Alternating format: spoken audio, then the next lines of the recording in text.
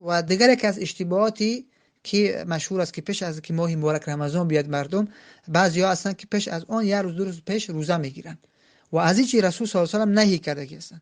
در صحیح بخاری و مسلم و مسند امام احمد و همچنین در مسند ابن ماجه و دیگر سنن هم میآید که پیامبر اکرم صلی الله علیه و آله برای ابو هریره که نهی کردن که لا تقدموا صيام رمضان بیوم ولا یومین، شما مقدم نکنید روزه گرفتن ماه مبارک رمضان را بر روزه گرفتن یک روز یا که دو روز. یعنی شما پیشگامی نکنید، یعنی پیش از این که ماه مبارک رمضان بیاید شما یک روز پیش از او دو روز پیش از او نگیرید روزه را. این از این چی نهی کردن.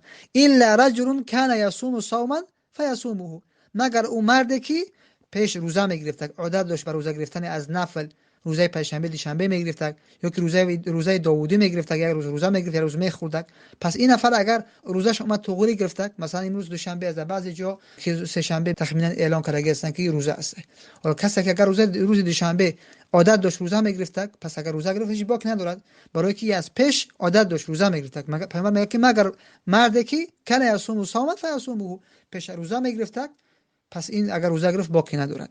اما کسایی که روزه نمیگیرن پنجشنبه دیشنبه را، پس منتظر میشوند همین روزه، پس این نفرا در این نهی در نافرمانی پیامبر صلی الله علیه و آله داخل هستند. اللهم وفقنا التوفیق.